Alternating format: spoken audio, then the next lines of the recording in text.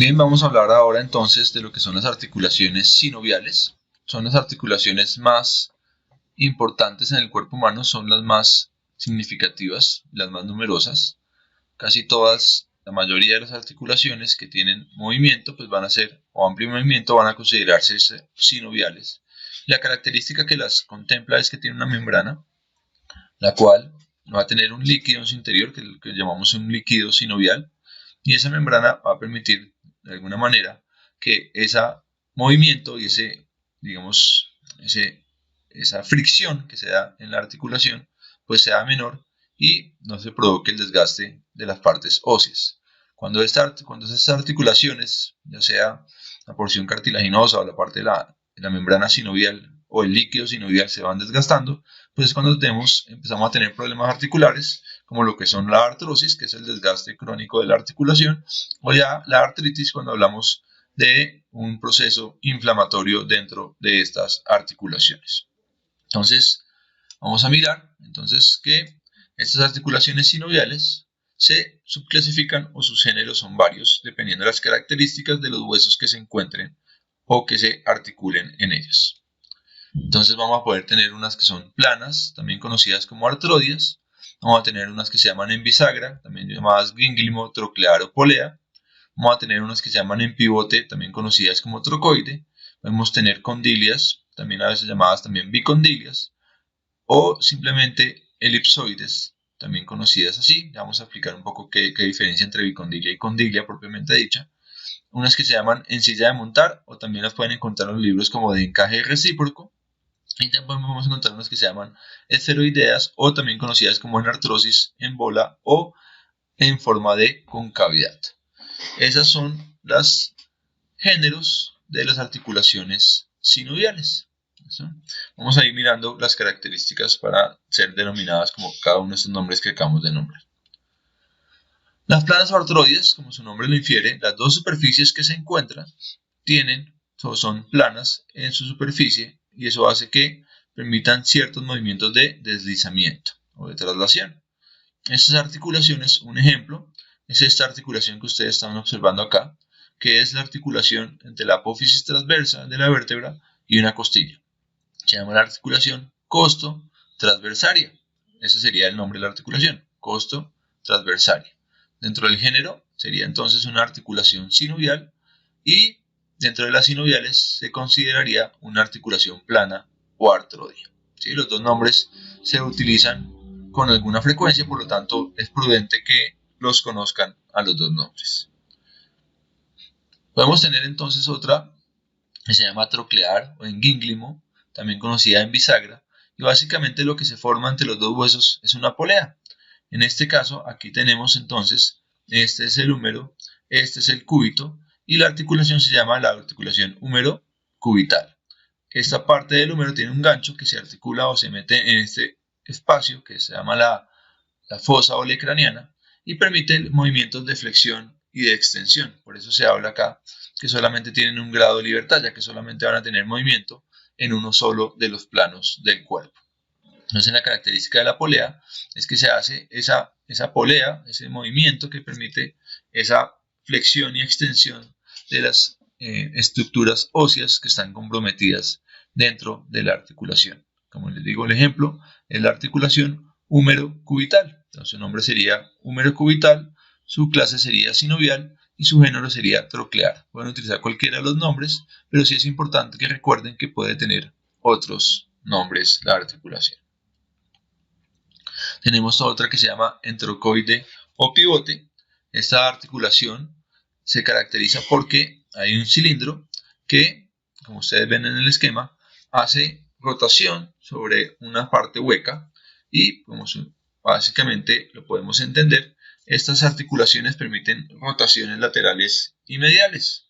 La más característica es la que estamos viendo acá, que es entre el atlas, que es la primera vértebra, y una porción de la segunda vértebra que se llama el odontoides. Esa articulación se llama la articulación atlanto-odontoidea. Es una articulación de tipo de clase sinovial, ¿sí? Y dentro de las sinoviales pertenece al género de las trocoides. Nuevamente repetimos, esa es la que permite la rotación lateral y medial de la cabeza. Es el diente, el odontoides, con el atlas. Se llama atlanto-odontoidea. Van a tener también un grado de libertad, ya que también permiten solamente movimiento en uno de los planos del cuerpo humano. Muy bien, continuamos entonces. Tenemos las articulaciones condilias o bicondilias dobles. Hablamos de condilia exclusivamente cuando es un solo cóndilo el que se articula, pero en muchas partes del cuerpo vamos a encontrar dos cóndilos y en ese caso hablamos de articulaciones bicondilias. Y cuando hablamos de articulación bicondilia doble, es por ejemplo la articulación de la mandíbula. Cuando abrimos la boca es imposible abrirla por un solo lado y de tal manera entonces tenemos que mover los dos cóndilos y en ese caso hablamos de una articulación bicondilia doble, ya que el movimiento no se puede hacer de manera independiente con uno solo de los cóndilos. Estas articulaciones, la característica es que una de las superficies tiene una forma ovalada, de ahí su nombre también, a veces también llamada o una forma elíptica, y esa forma elíptica se articula acá en una superficie que generalmente le llamamos una cavidad glenoidea que permite esa conexión con esa superficie de forma elíptica. Acá estaríamos viendo la superficie elíptica y aquí la cavidad en la cual ella se va a articular. Nuevamente esta es la articulación del temporal y la mandíbula, la articulación temporomandibular, que como hemos dicho, pertenece al género de las articulaciones condilias. El nombre sería entonces articulación temporomandibular, sería de la clase sinovial y el género sería entonces una articulación condilia. Entonces es muy importante que la recuerden a esta articulación y cómo son sus características. Tenemos otra que se llama ensilla de montar, ocelar o en encaje recíproco. Lo que pasa es que una de las superficies, ¿sí?, como su nombre lo infiere, ensilla de montar, se acopla perfectamente a la otra. Es como si encajaran de manera perfecta una superficie con la otra. Si una tiene curvatura en una concavidad, la otra tiene la convexidad para que esa concavidad pueda articularse de manera coordinada. ¿Listo? Uno de los ejemplos clásicos de estas articulaciones es la articulación carpo-metacarpiana del primer dedo de la mano. El primer dedo, recordemos que es el dedo pulgar. Entonces, esa articulación carpo-metacarpiana es una articulación en silla de montar que permite movimientos en 2 grados de libertad, ya que permite movimientos en 2 ejes del cuerpo.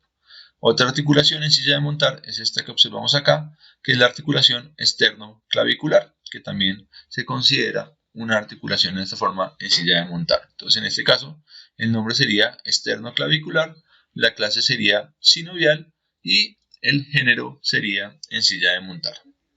Muy bien.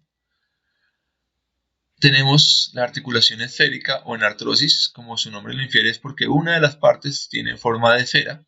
Aquí estamos viendo la articulación entre el coxal y el fémur, se llama la articulación coxo-femoral.